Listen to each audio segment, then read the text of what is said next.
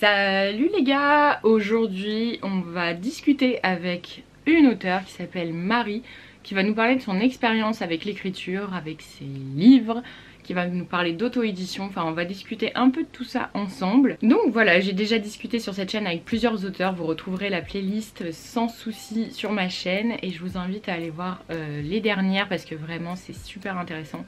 Je trouve de parler d'auto-édition avec des personnes concernées, mais surtout de redonner une place et revaloriser en fait surtout l'auto-édition pour en faire quelque chose de légitime et de tentant pour la plupart des gens et d'expliquer ce que c'est pour ceux qui ignorent un petit peu ce qu'il y a derrière l'auto-édition. Donc voilà, aujourd'hui on va parler de tout ça avec Marie et je vais l'appeler de suite.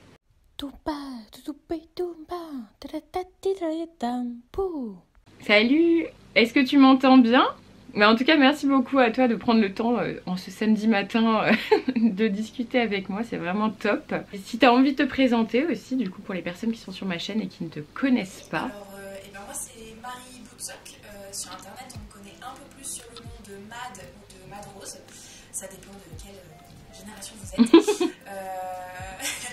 Je suis autrice depuis maintenant très longtemps. Très longtemps. C'est vrai. J'ai commencé quand j'avais 10 ans en fait, donc ça va faire 18 ans maintenant. Ah oui. Ouais, ça fait un petit moment. Après sur internet, je suis active depuis ma majorité, donc ça fait une dizaine d'années. D'accord, ok. Voilà, j'ai 2 romans édités, enfin auto-édités. Je suis à côté aussi bibliothécaire, hein, c'est pas mon métier principal. Et je suis aussi membre du bureau de l'association Génération Écriture. Ah, top. Plein de cordes à ton arc différentes. Bibliothécaire, t'es à temps plein à côté ou t'es à temps partiel du coup? C'est à temps plein. D'accord, ok, ouais, donc c'est quand même assez compliqué, j'imagine, de jongler entre toutes ces activités-là. Ben oui, disons qu'il faut que ma semaine soit vraiment bien organisée pour avoir le temps et de faire mon job de bibliothécaire, forcément, toute la journée, toute la semaine. Et puis mon job d'autrice à côté, qui me prend toutes mes soirées et tous mes week-ends, quasiment. Bienvenue au club. Plus Génération Écriture qui prend quelques heures par semaine, enfin voilà, ça prend... Ça m'occupe bien, dirons-nous, ça m'occupe bien. Tu m'étonnes. Tu veux nous parler un peu de Génération Écriture, pour qu'on sache un petit peu plus ce que c'est? C'est une asso? Bien sûr, c'est une association effectivement qui est là pour venir en aide, pour accompagner les jeunes et moins jeunes auteurs et autrices partout dans le monde, hein, parce qu'on touche vraiment toute la communauté francophone. Trop bien. Et voilà, on a plusieurs actions qui sont accessibles pas uniquement qu'aux adhérents. Ok. C'est ça qui est un petit peu le plus aussi, c'est qu'on apprécie les adhérents, ils ont quelques petites choses en plus. Mais sinon, l'association fait des webzines, a un site internet, fait des soirées écriture toutes les semaines. Ah oui, c'est hyper actif. Voilà, on a un Discord qui est actif 24 heures sur 24 quasiment, hein, 7 jours sur 7, où on peut lancer des guerres de mots n'importe quelle heure, il y aura toujours quelqu'un pour nous répondre. Presque, on a des early bird et des night owl, donc on a vraiment tout type de, oui, c'est ça. Tout type de personnes, tout type d'auteurs, vraiment dans tous les genres. Et, voilà, c'est trop chouette. C'est une association qui se veut pour aider en fait, les auteurs et autrices. Alors c'est pour les aider dans quoi du coup, dans l'auto-édition ou pour les aider dans même le process d'écriture, dans tout ça? Dans un peu tout, le process d'écriture majoritairement, parce qu'on n'a pas non plus énormément de personnes éditées ou auto-éditées dans l'asso, mais même pour ceux qui souhaiteraient avoir de l'aide pour l'auto-édition, des conseils, etc., ça c'est faisable aussi. On a énormément de personnes qui sont prêtes à témoigner ou à donner leur personne pour aider en fait. Oh, c'est super chouette, vraiment, c'est trop top. Vous êtes basé où du coup? Enfin, l'asso elle est basée où à la base? Elle est basée un peu partout. L'association techniquement a mon adresse à moi, mais moi je suis je suis dans la Marne. D'accord. Il y a d'autres personnes qui sont dans le sud, il y en a d'autres qui sont du côté de la Normandie. Enfin, voilà, ah ouais, vous êtes un peu partout du coup. C'est ça, donc on fait assez rarement des choses dans la vie. Oui, en présentiel, ouais. C'est ça. De temps en temps ça va se faire, bon, même si là depuis quelques années pour cause de pandémie mondiale, c'est plus compliqué. Mais voilà, normalement c'est quelque chose qu'on devrait recommencer à mettre en place, des petites tables rondes un peu partout, ou même des week-ends d'écriture. Oh, trop bien, des week-ends d'écriture. Ah vraiment, c'est Ouais, trop c'est un top. peu plus compliqué à Oui, participer, oui, j'imagine. parce qu'il faut trouver le lieu, tout ça, mais oui, oui, c'est quelque chose que à terme on aimerait bien remettre en place. Ah ouais, non, ça peut être trop top. Vraiment, trop top. Et du coup, toi, de ton côté, comment t'as découvert l'auto-édition? C'est quelque chose que tu connais depuis toujours parce que t'as des personnes dans ton entourage ou t'as découvert ça un peu au hasard? Comment ça s'est fait, toi, ton cheminement? J'ai des personnes dans mon entourage, notamment de Génération Écriture, qui ont fait de l'auto-édition. La première personne que j'ai connue qui a fait ça, c'est Yelena, Ok. qui est en fait l'une des fondatrices de Génération Écriture en plus. Donc c'est elle qui avait commencé l'auto-édition, mais à cette époque-là, je n'avais pas la prétention d'avoir fini un bouquin. Donc l'édition, c'était même pas encore une question pour toi, ouais. Voilà. Donc c'est après, quand il y a Elodie du coup qui a commencé à faire de l'auto-édition, que je me suis dit bon, ça sera peut-être à ma portée si un jour j'arrive à finir quelque chose. Et puis c'est comme ça que je me suis dit que finalement j'allais essayer, quoi. Et t'es auto-édité depuis quand du coup?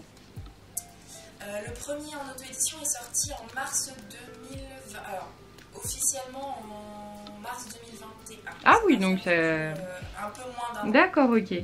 Et qu'est-ce qui t'a donné envie de partager tes écrits à d'autres personnes justement que à ton association ou à tes proches ou des choses comme ça? Alors je le partageais déjà sur internet parce que je postais sur différents... Oh désolé. En ayant commencé par Skyrock, évidemment. Skyrock, Wattpad, et puis voilà, on évolue. Ah, t'as été sur Wattpad aussi du coup, ouais. J'ai été sur Wattpad, oui, puis je suis partie. Mais j'ai été sur Wattpad. Et en fait, je le partageais déjà, et puis j'avais un peu l'impression que ça me suffisait plus, en fait, que je voulais avoir un peu l'objet livre dans les mains. Oui. Puis après, je m'étais dit, imprimer que quelques exemplaires pour des amis, c'est pas le coup. Non, mais bien sûr. Je me suis dit que l'histoire plaît à beaucoup de monde qui l'ont lu, je me suis dit peut-être que ça peut marcher. Voilà. Je peux peut-être toucher des gens qui connaissent pas, qui aiment pas lire sur internet. C'est comme ça que je me suis dit que bon, on va tenter. Je me suis dit si ça marche c'est bien, si ça marche pas c'est pas bien. J'avais pas spécialement d'attente. Ouais, mais ça t'évite d'avoir des regrets aussi, la petite idée dans la tête qui continue de trotter. Au moins t'as essayé. Je me suis dit aussi, je m'approche fortement de la trentaine. Si je veux le faire c'est maintenant parce qu'après ça va devenir plus compliqué. Il faut le temps. Je vais commencer à devenir une vraie adulte avec des vraies responsabilités, tout ça. C'est à ce moment-là que je l'ai fait, quand j'avais le temps, quand j'avais les moyens, quand j'avais des gens pour m'aider, que je connaissais du monde qui en avait déjà fait. Oui, ça aide aussi. C'est comme ça que je me suis lancée. Et tes proches, par exemple ta famille, tes amis, ils savaient que tu écrivais ou t'étais principalement sur internet, mais genre en mode anonyme? Ma famille le savait, mes amis aussi, parce que j'ai énormément d'amis auteurs en fait, parce que je les connaissais d'avant. Ah oui, en plus c'est marrant. Avant d'en parler, donc vraiment pas du tout prévu à la base. Enfin, sauf les amis que j'ai fait avec Génération Écriture, oui. Autre chose. Mais sinon, ma famille, oui, est au courant, même s'il aura fallu énormément de temps pour se rendre compte que c'était quelque chose que j'allais continuer à du temps. Oui, que c'était pas juste une passion à côté. C'est ça. Il aura fallu un certain temps, mais ils le savaient. Oui, et puis depuis qu'ils ont compris que c'était quelque chose qui me tenait énormément à cœur et que je souhaitais en faire une activité vraiment à part entière. Et alors toi, je sais pas, moi c'est une question que je me suis beaucoup posée parce que principalement en salon du livre, c'est des questions qu'on m'a posées. Enfin, la question de la légitimité. Alors moi, la question de légitimité, je la trouve un peu idiote et pas très... On est d'accord. Voilà. Mais il y en a beaucoup qui posent la question. Moi au début je me la posais pas. Et à force qu'on me la pose, tu vois, je me suis questionnée en mode oui.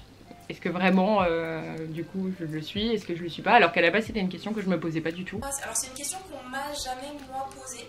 Même si j'ai eu des retours de lecteurs qui ne sont pas habitués à l'auto-édition,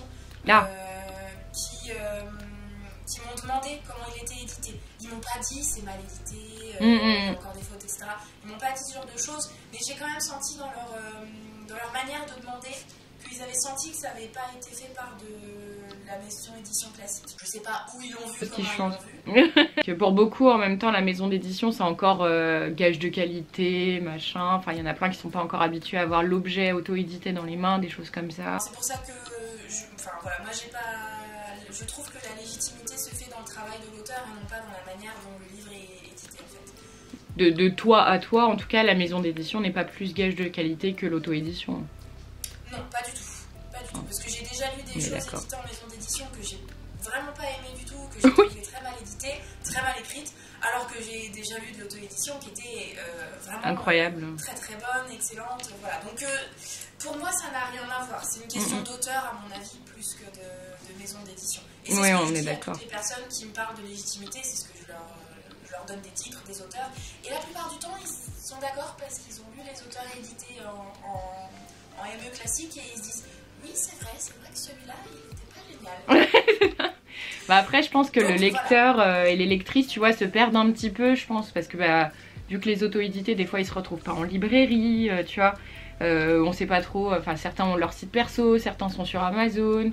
Enfin, je pense qu'en fait les lecteurs et lectrices sont juste un peu paumés au milieu de tout ça et ils savent pas forcément se placer parce qu'on a tellement l'habitude, enfin eu l'habitude plutôt, d'acheter ces livres en grande surface, à la FNAC, des choses comme ça, que de devoir chercher un livre par toi-même, soit en salon du livre, soit sur internet. Ouais, je pense qu'il y en a, ils comprennent pas forcément encore et c'est un peu compliqué de s'y retrouver dans tout ça, je pense. Oui, je pense aussi. Et puis c'est vrai que la communauté d'auto-édité est quand même alors, elle est conséquente, mais elle n'est pas forcément très facilement visible, surtout sur les réseaux sociaux. Donc si en plus le lecteur n'est pas réseaux sociaux, voilà, il va forcément aller voir que ce qu'il trouve en tête de gondole dans les librairies et voilà, c'est pas l'auto-édition qu'il va avoir. Toi, du côté pratico-pratique, c'est toi qui fais tout au niveau de l'auto-édition. Tu passes par un prestataire, tu sais, des trucs comme Librinova, des choses comme ça. T'as des correcteurs, tu fais tout toute seule. Ça se passe comment pour toi? Alors j'ai pas fait la même chose pour les deux livres que j'ai sortis. D'accord. Le premier, je voulais faire les choses bien, donc j'ai eu un correcteur, j'ai eu une graphiste pour la couverture. C'est moi qui fais la mise en page intérieure par contre. Ok. Parce que ça je sais faire, j'ai eu de la formation donc autant en profiter. Toute seule. Voilà, c'est ça, c'est une chose de moins à payer. Pour le deuxième par contre, c'est moi qui fais la couverture. Ok, top. Et la correction, c'est moi qui j'ai pas fait de correction professionnelle vraiment pour le deuxième. Je me suis basée sur moi et mes bêta-lecteurs. J'ai eu plus de bêta-lecteurs pour le deuxième que pour le premier, cela dit. Ah oui, donc du coup ça aide aussi forcément. Et du coup, au niveau de l'impression, tu as un imprimeur près de chez toi ou tu fais ça en ligne sur, je sais plus, il y a The Book Edition, des trucs comme ça? Je fais ça avec thebookedition.com. C'est de la demande en plus, donc ça évite d'avoir de la surproduction. Ah, c'est chouette. Du stock et du stock et du stock. Mais du coup, t'as un stock chez toi quand même? Ou pas du tout? J'ai un petit stock chez moi. Ouais, j'ai un petit stock. Oui, mais ça t'évite d'en avoir je ne sais combien et d'avancer des frais. Parce que même si c'est dégressif, voilà. Oui. Exactement, je suis pas riche non plus encore. Mais voilà. Je paye pas si bien que ça. Donc, non. Du coup, toi, au niveau de la diffusion justement de tes ouvrages, ça passe comment? Tu fais ça par des dédicaces, des salons, uniquement sur internet? Comment t'arrives à faire connaître tes livres justement aux autres? Principalement sur internet. Je fais ça principalement avec les réseaux, surtout Instagram. Et puis sinon, je vais avoir... alors les salons, etc., j'ai pas encore fait parce que je suis sortie du premier que j'ai fait avec Ulule en plus, alors ça m'a demandé un travail phénoménal. Je suis sortie du premier, j'ai eu un moment de faut que je m'arrête parce que sinon je vais péter un plomb. Donc j'ai fini la diffusion du premier, les envois, etc. Puis après je me suis dit pause. J'ai sorti le deuxième à l'automne. Donc j'ai terminé la diffusion du premier tout en faisant la préparation du deuxième en fait. J'avais les deux en même temps. J'ai préféré pour l'instant me concentrer sur l'édition des deux et je pense que je ferai plus de salons, de rencontres l'année prochaine. Pour l'instant j'ai fait une rencontre mais c'est dans ma bibliothèque où je travaille donc du coup ben voilà. Les gens me connaissaient déjà, c'est déjà ça. Ça fait un premier pas dans tout ça. Ça, mais en fait pour l'instant ouais, je passe beaucoup par les réseaux. Je ferai plus de salons je pense les années prochaines. Et c'est quelque chose que tu appréhendes comment? En fait c'est assez étrange, je stresse parce que c'est quelque chose que je ne connais pas et que je n'ai jamais fait. Quoique encore c'est même pas vrai parce qu'avec Génération Écriture j'ai déjà fait des salons en plus. Donc, oui, tu connais déjà un petit peu le format déjà. Voilà, je connais comment ça fonctionne, etc. Après, j'ai une grande capacité d'adaptation et d'impro, donc du coup, je me dis que je peux réussir à le gérer. Vénarde. Voilà. Après, il y a toujours effectivement, c'est plus l'appréhension de savoir si ça va plaire, si je peux attirer du monde. Voilà, cette appréhension-là, elle est là et je pense qu'elle ne disparaîtra jamais, même si je finis par avoir une petite notoriété. Donc, voilà, cette appréhension-là est bien présente, mais sinon ça me fait pas plus peur qu'autre chose. Bah, c'est chouette, du coup tu vas pouvoir te lancer aussi là-dedans. Enfin, c'est une expérience complètement différente pour le coup des réseaux sociaux et tu vas toucher un public autre en plus. Je sais pas s'il y en a beaucoup dans la Marne, il y en a pas mal autour de chez toi ou pas? Enfin, dans le Grand Est de manière générale, parce qu'on va avoir le salon d'imaginaire d'Épinal. Ah oui. Après dans la Marne, on en a quelques-uns, mais c'est des très très petits salons. Ou alors ils sont spécialisés mais pas dans mon genre. Parce que merde. Sur Reims, on va avoir un salon du polar. Ouais, ça, il y en a pas mal, hein, mine de rien, polar, thriller, il y en a beaucoup des salons spécialisés là-dedans. Hein. C'est ça, il y en a beaucoup, mais ce n'est pas le genre que j'écris, donc c'est ça, raté. Je peux pas y aller, mais bon, on a le même problème. Je suis pas contre me déplacer un petit peu en France si mes finances me le permettent, donc peut-être que j'irai à d'autres salons. Bah, puis des fois, certains salons défraient aussi. Enfin, moi, j'en ai fait quelques-uns dans le sud de la France, tu vois, alors que je suis du Grand Ouest. Et parce que justement, ils défrayaient et ça permettait justement de rencontrer de nouvelles personnes, rencontrer des nouveaux auteurs aussi, donc ça aussi c'est chouette de se voir en vrai, de pas juste se connaître via les réseaux et tout. C'est parce que je connais beaucoup d'auteurs que je n'ai jamais vu en vrai. En fait, oui, j'avoue, au final. J'ai échangé, j'ai déjà même fait de la bêta lecture pour certains auteurs et je ne les connais pas en fait. Et avec Génération Écriture, vous n'avez pas moyen par exemple justement d'organiser peut-être des événements ou des salons, des choses comme ça ou pas encore? Enfin, c'est pas du tout dans les, les projets. Au niveau financier, c'est pas... on n'a pas encore les moyens de faire ça pour l'instant. Après, ça peut être à long terme une possibilité, c'est pas du tout fermé de notre côté. Oui, c'est ça, mais c'est toujours le côté financier de toute façon qui bloque. Toi, au niveau financement, justement, pour tes livres, c'est que de l'investissement personnel ou... Ah non, tout à l'heure, tu m'as dit que tu étais passée par Ulule pour ton premier livre, mais par exemple, pour le deuxième, t'as financé tout seul? Je suis passée par Ulule pour le premier, et en fait, j'ai réussi à faire un petit peu de bénéfice sur ma première vente. Waouh, bravo! La vente du premier, pas beaucoup, mais un petit peu. Ouais, mais c'est cool!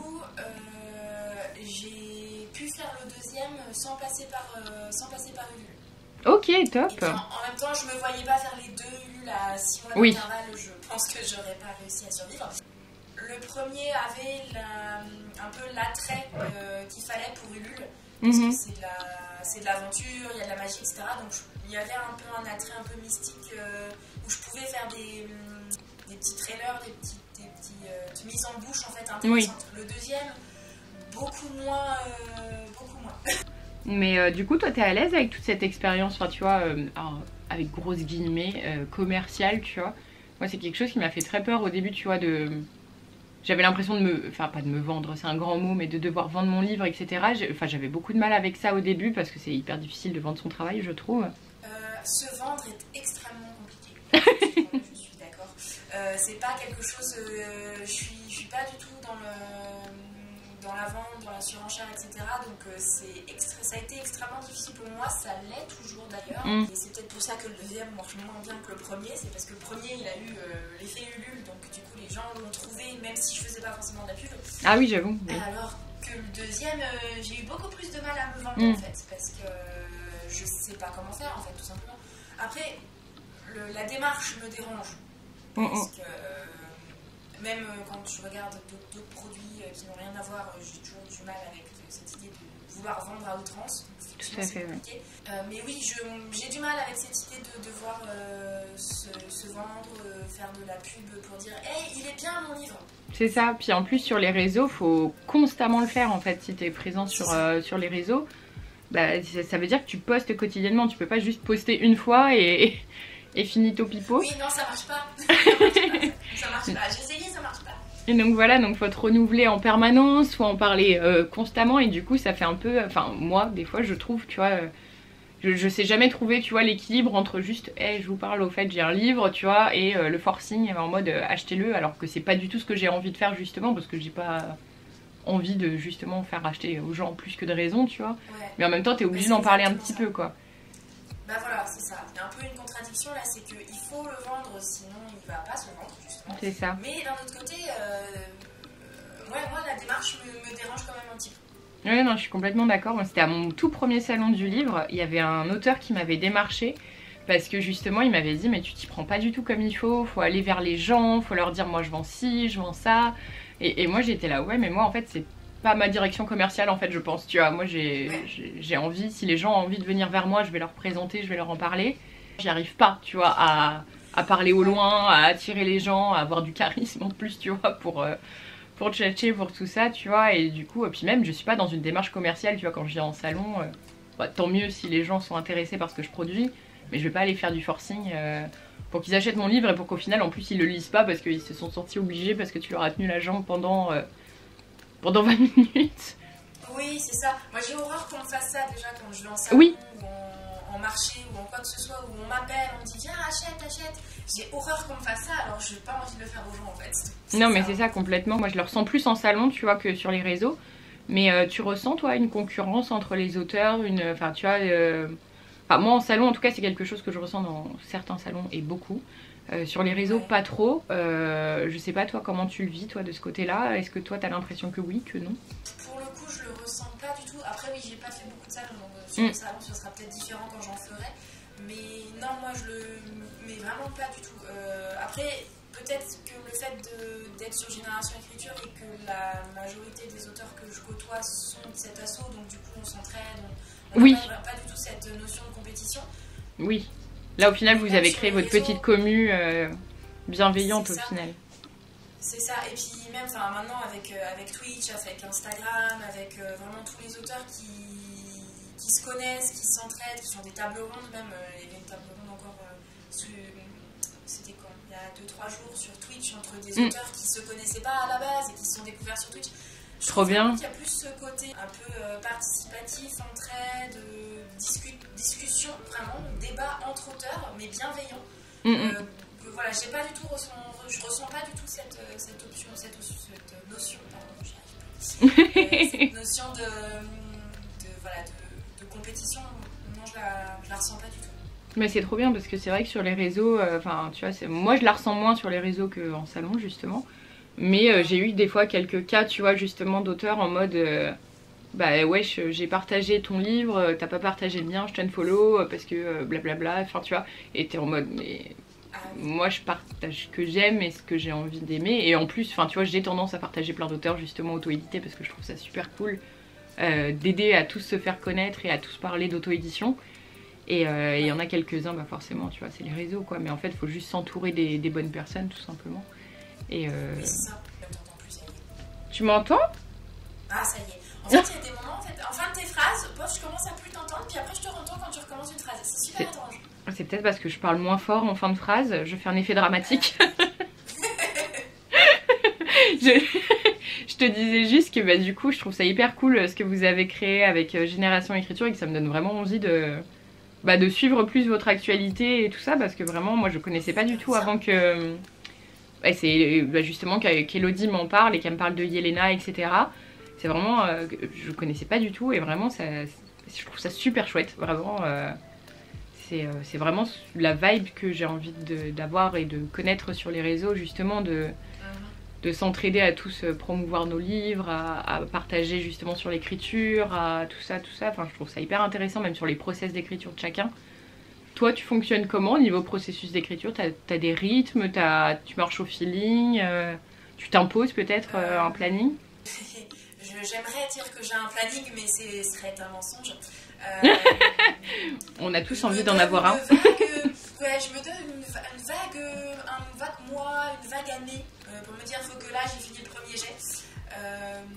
Après, en termes d'organisation sur la semaine, comme on a une soirée d'écriture avec Génération Écriture toutes les semaines, j'essaye de me garder ce jour-là où j'écris 18h, 23h, je fais que ça de ma soirée. Après, je fais un peu au feeling selon l'inspiration quand elle me vient, parce que avec le boulot, c'est pas toujours facile d'avoir des moments vraiment de temps de pause pour pouvoir écrire. Non, c'est sûr. Parce qu'on croirait pas, mais je fais quand même pas mal d'heures sup le soir. En plus. Oui, il y a ça aussi en plus avec les contraintes de chacun. C'est vrai que moi j'ai tendance à bosser sur des grosses plages horaires ou rien. Donc du coup des fois j'écris pas pendant 3 semaines parce que juste moi je sais pas écrire une demi-heure, tu vois. Oui, faut que je me dis j'ai la journée et que je peux faire que ça. C'est compliqué pour moi aussi souvent. Si je me dis j'ai une demi-heure pour écrire, je me dis non, je préfère encore ouvrir un livre et lire 3-4 pages plutôt que d'ouvrir mon document, de me taper 3 lignes, parce que concrètement en une demi-heure c'est tout ce que je peux réussir à sortir. Non mais c'est ça, parce qu'il faut te remettre dans le truc, faut relire un peu ce que t'as fait avant, et le temps que tu pondes trois lignes, enfin c'est déjà fini, enfin... C'est ça, non, effectivement je préfère avoir des grandes plages, donc soit des soirs, soit sinon des après-midi ou des journées entières. C'est quelque chose qu'on fait avec Génération Écriture depuis cette année. On a commencé en octobre, où on fait des Word Athlon. Non mais ça aide aussi à se motiver, je pense, de travailler à plusieurs, parce que... Bah mine de rien, il y a tout... Enfin, c'est parce que j'ai lu Écrire de Marguerite Duras que j'y pense là, il y a pas longtemps, où elle parlait beaucoup de la solitude, tu vois, justement, du processus d'écriture, où bah, t'es dans ton truc, dans ton univers, t'es un peu coupé de tout ça, et des fois tu manques de personnes avec qui en parler, avec qui extérioriser, t'as un peu l'impression d'être tout seul dans ta bulle si t'as pas d'auteur avec toi. Donc c'est super chouette, justement, si vous pouvez faire des grandes plages horaires comme ça. Ce qui est bien avec cette communauté-là, c'est qu'on va avoir tous les types d'auteurs. On va avoir ceux qui viennent juste pour avoir le challenge de la guerre de mots. Oui. Donc, du coup, ils discutent un petit peu entre, mais sinon, ils vont pas avoir forcément besoin d'aide sur leur processus d'écriture. Et il y a ceux qui vont arriver à un moment de leur chapitre où ça bloque. Avoir un blocage. Et du coup, ils vont en parler, ils vont nous poser des questions. Et voilà, nous et enfin, tous les membres vont aider à s'en sortir. En réussissant à ne pas spoiler de manière générale. En plus, félicitations, parce que ça c'est pas évident non plus. Voilà, on va aider, on va lui proposer des positions. Puis en plus, comme souvent ça va venir d'auteurs qui n'écrivent pas dans le même genre ou qui ont une manière d'écrire différente, ça va proposer des nouvelles manières de voir l'histoire. Oui, ça te propose la troisième option que toi tu voyais peut-être pas forcément. C'est ça. Et du coup, j'ai été bibliothécaire également. Et du coup, tu fais pas une overdose de livres, enfin d'écriture, de tout ça. Même, je pense d'ailleurs que les deux jobs sont vraiment complémentaires en fait. Moi, en discutant avec les lecteurs, je sais ce qui leur plaît, et du coup moi je peux l'intégrer à mes écritures ou en parler avec d'autres auteurs. Je peux discuter des styles d'écriture avec les auteurs et même les orienter vers certains auteurs en disant bah là j'ai bien aimé comment c'était écrit. Du coup, cet auteur-là va écrire de cette façon-là aussi.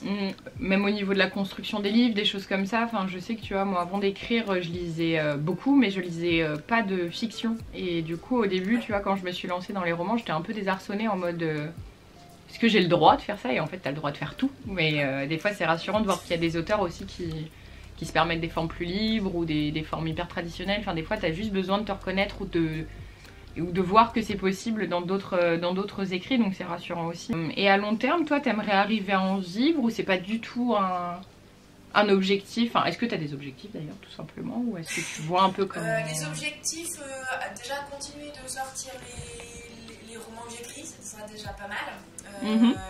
Sortir le deuxième tome de celui qui est sorti en mars, parce que j'ai reçu des menaces. On veut la suite. Voilà, j'ai reçu des menaces, donc il sortira la suite. Après, en vivre, non. Disons que si ça arrive, c'est bien. Si ça arrive pas, c'est pas grave. Surtout aussi parce que je pense que je suis pas sûre d'avoir envie de faire que ça. Ça te met tes limites aussi, puis ça t'évite d'avoir des attentes, parce qu'il y en a quand même beaucoup qui se lancent dans l'auto-édition. Enfin, moi ça c'est pareil, c'est des choses avec des auteurs, j'en ai parlé en salon du livre, tu vois, qui ont beaucoup d'espoir, etc. avec l'auto-édition. Ouais. Et en fait que tu revois pas l'année d'après, parce qu'en fait ils ont arrêté au bout de 6 mois, parce qu'ils espéraient vraiment, tu sais, le grand succès, entre guillemets, que bah, je pense on fantasme un peu tous aussi quand même au final, mais si c'est une attente, ça devient quand même quelque chose de compliqué à gérer aussi, quoi. Je préfère pas trop faire de plans sur la comète, je prends les choses comme elles viennent. Si à un moment donné il y a un boom extraordinaire, je suis contactée par je sais pas quelle maison d'édition qui me demande un bouquin, comme c'est déjà arrivé à certains. Ouais, complètement. Et voilà, il y a des auteurs auto-édités qui ont été ensuite contactés par des maisons d'édition, donc c'est possible, je sais que c'est possible. C'est une des options dans ma tête, mais j'en fais pas l'option principale. Et t'as quand même, toi, envie de proposer certains de tes textes à des maisons d'édition de toi-même, ou c'est pas encore du tout quelque chose que t'envisages ou que t'as envie de faire? Dans le cadre de concours, d'appel à texte, de nouvelles, pourquoi pas, ou d'anthologie. Mais pour le coup, il y a un souci avec ce que j'écris, c'est que j'écris de la novella. Ok.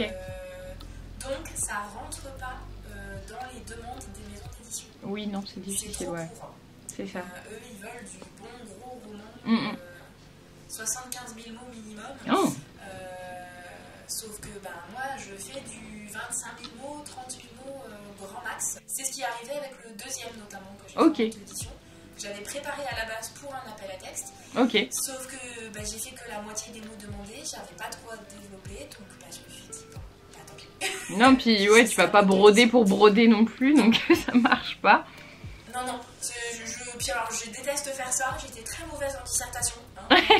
On va à l'essentiel. Voilà, je préfère pas. Et de manière générale, toi, t'es contente de ton expérience avec l'auto-édition? Enfin, t'es contente de tout ça? Oui, de manière générale. La période Ulule a été plus compliquée. Parce que voilà, ça demande un travail qui est quand même très, très conséquent pour toutes celles et ceux qui veulent se lancer là-dedans. Soyez prêts.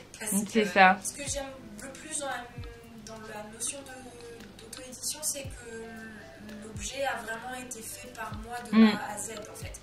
C'est peut-être même plus ça que je recherche en fait, plutôt que vraiment le fait d'éditer, c'est vraiment d'éditer ce que moi j'ai envie de montrer aux gens. Ouais, puis sous la forme que tu as envie, c'est super satisfaisant. Je sais pas si tu as quelque chose à ajouter, une thématique que tu veux aborder, ou est-ce que tu veux présenter tes livres maintenant, du coup, pour clôturer tout ça? Les deux traitent de thèmes importants qui te tiennent à cœur. Je vais sûrement réécrire dans les prochaines années. Alors du coup, le premier que j'ai édité, ça va être Les Gentlemen de l'Apocalypse, le tome 1, du coup, c'est une duologie, donc le deuxième devrait sortir en 2024, si tout se passe bien. Je pense que je referai un Ulule, mais je suis pas sûre encore. Ouais, à réfléchir. Voilà. À réfléchir.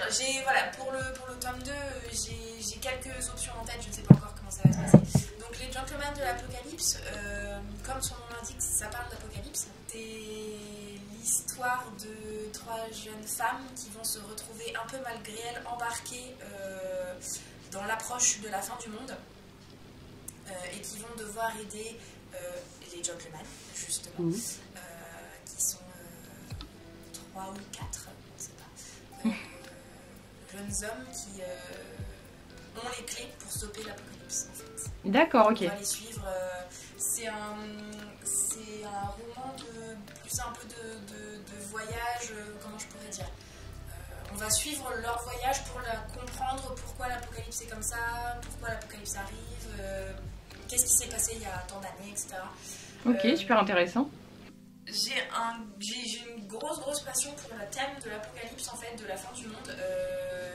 Je trouve ça extrêmement intéressant. C'est couplé avec les théories du complot, en fait. C'est deux thèmes que j'aime beaucoup, qui me fascinent énormément. Donc c'est quelque chose que j'aime beaucoup utiliser dans mes romans, j'aime en jouer en fait, choisir plusieurs types d'apocalypse différentes, voir laquelle je peux utiliser cette fois-ci et jouer avec en fait. Puis du coup, utiliser un peu à la Dan Brown en fait. Oui, c'est exactement ce à quoi je pensais justement. Voilà, c'est un peu ça, c'est utiliser des choses qui existent déjà et se dire ah oui mais ça peut-être que c'était quelque chose qu'il y a des milliers d'années on a utilisé pour nous dire attention à cette tête là, il va y avoir la fin du monde, enfin, c'est quelque chose que j'aime beaucoup faire. T'as des appétences pour l'histoire ou enfin t'es passionné d'histoire ou de choses comme ça ou pas du tout? Pas spécialement plus que ça. Disons que ça m'intéresse, mais j'ai pas une passion vraiment. Ouais. Non, c'est marrant. Après, disons que j'ai plus une passion pour les personnages historiques, mais pas historiques de ceux qu'on apprend à l'école. Oui. Pas de Louis XIV. Louis XIV, je commence à en avoir un peu marre. Hein. Non, en plus, ça va être plutôt des personnages. En plus, pas forcément historiques, mais fictifs historiques, où on n'est pas sûr qu'ils aient existé, tu vois. C'est plus ce genre-là, ou qui auraient pu exister, mais qui n'ont pas existé. Oui, le côté mystérieux autour de tout ça. C'est ça, c'est vraiment tout ce côté mystère, un peu qu'est-ce qui aurait pu arriver, qu'est-ce qui s'est passé, que j'aime vraiment beaucoup. En fait. Non, bah, puis ça te laisse une libre marge en plus en tant qu'auteur pour t'éclater avec ça, c'est super cool. Parce que, voilà, j'aime bien l'idée des personnes qui vont, pas forcément des chosen ones, parce que c'est pas forcément un trope qui j'aime bien, mais au moins des personnes qui vont tout faire pour sauver l'humanité, parce que bon, l'humanité est peut-être pas si terrible que ça au final. Quand même. Il y a des gens gentils. Voilà, c'est un peu comme la réplique dans le film Les Gardiens de la Galaxie. pourquoi est-ce que tu veux sauver l'univers? Parce que je fais partie de ceux qui vivent dedans, en fait. Oui, tout à fait, oui. Voilà, c'est une réplique qui correspond assez bien à ce que j'aime bien retranscrire dans mes bouquins sur l'apocalypse, justement. Et ton deuxième, du coup, il parle de quoi? Le deuxième, c'est All I Want for Christmas is Not You. Oh. C'est All I Want for Christmas de Mariah Carey, mais en version négative. J'adore. En fait, je l'ai écrit en 6 mois. Ok. 2021. Je l'ai fini le 31 décembre 2021 à 19h. Oh la vache. Ah, je m'étais dit, je le finis, je rentre pas en 2022 s'il n'est pas fini. Ce challenge. Félicitations. Juste avant que je me prépare pour partir pour fêter le nouvel an, il est prêt. Trop bien. C'est une parodie de comédie romantique de Noël. Oh, j'adore. Bah, ça change complètement du coup du premier pour le coup. Ah, rien à voir. En fait, parce que les comédies romantiques de Noël, j'adore les comédies romantiques de Noël. On adore. J'adore ça. Je valide. Malgré les clichés omniprésents, j'adore ça. Oui, mais ça détend, ça fait du bien. Ça. Et j'aime beaucoup aussi jouer avec tout ce qui est clichés et tropes utilisés et réutilisés. Et donc dans celui-là, c'est ce que je fais. C'est l'histoire de Matty qui se retrouve un jour maudite. En fait, toutes les personnes qu'elle croise flirtent avec elle et lui font des propositions plus ou moins indécentes. Du coup, elle va s'armer de patience, de beaucoup de patience, pour essayer de vaincre sa malédiction, en fait, de trouver une solution. Et donc du coup tous les clichés de romances de Noël sont dedans. Et la particularité de celui-là aussi, c'est que je fais partie de la communauté LGBT. Donc j'en ai fait une romance de Noël LGBT. Non mais en même temps, même si ça fait pas partie du thème principal, c'est quand même important de le préciser parce que justement on en a tous un peu marre des récits justement qui sont très hétérocentrés. Ça évite que tout soit tout blanc, judéo-chrétien et hétérocentré. Exactement. Et non mais c'est chouette parce que ça encourage aussi les autres à écrire de manière plus inclusive parce qu'il y en a encore beaucoup qui ont des problèmes avec tout ça quand même, on va pas se mentir. Donc c'est cool, même si justement comme tu dis c'est pas un livre engagé enfin c'est pas un livre militant, justement tu fais pas un essai. Par contre du coup tu te cantonnes pas du tout à un seul style, hein, t'écris plein de choses différentes. Là c'est vrai que je suis plus sur alors étonnamment la romance. Ok. Alors que ceux qui connaissent mon Instagram savent que je suis la romantique, donc c'est étonnant du coup, oui. Mais que je ne connais pas personnellement. Et ouais, la romance, l'aventure apocalyptique, du coup, enfin la comédie apocalyptique, c'est comme ça que ça s'appelle. Ok. Et en fait, je pense que le fil conducteur de mes genres, ça va être juste l'humour en fait. Je vais pas écrire un polar thriller. Ça, si je veux pleurer, je regarde les infos, j'ai pas besoin d'ouvrir un bouquin pour rire en fait. En tout cas, merci beaucoup d'avoir pris du temps pour cet échange en ce samedi matin. D'avoir pris le temps, mais enfin en tout cas c'est super chouette, ça m'a permis de découvrir ton univers, donc je suis très contente. Clairement je pense que je vais t'en acheter, c'est terrible, c'est qu'avec ces interviews je me ruine. Ma boucliste s'allonge de jour en jour, je lisais pas d'auto-édition et depuis 6 mois je ne fais que ça, donc c'est terrifiant. Ça c'est le problème de faire des interviews d'auto-édité aussi. Mais oui, vous les vendez bien au final vos livres. Des choses exceptionnelles. Exactement, à chaque fois les gens ils font non mais je sais pas vendre mes livres et puis au final à la fin tu ressors avec 2 livres que tu as envie d'acheter, c'est terrible. Alors du coup merci à tous et à toutes d'avoir suivi cette discussion, d'avoir découvert le travail de cette auteure avec un E ou autrice, je sais pas comment elle préfère que je le dise mais en tout cas c'était vraiment super chouette. Je suis très contente d'avoir découvert son travail qui est encore différent des autres profils que je vous ai présentés sur ma chaîne, donc vraiment je trouve ça très complémentaire. Encore une fois, ça permet de valoriser l'auto-édition et de lui donner sa place dans tout ça et une légitimité que des fois on nous enlève. Donc je trouve ça super cool. Encore merci à elle d'avoir pris le temps parce que mine de rien on a commencé samedi à 9h, voilà tu vois. Mais en tout cas moi je vais continuer, j'ai d'autres interviews aujourd'hui donc je vous en partagerai je pense une par mois en ce moment. Et puis je vous fais des gros bisous et je vous dis à bientôt pour une prochaine vidéo.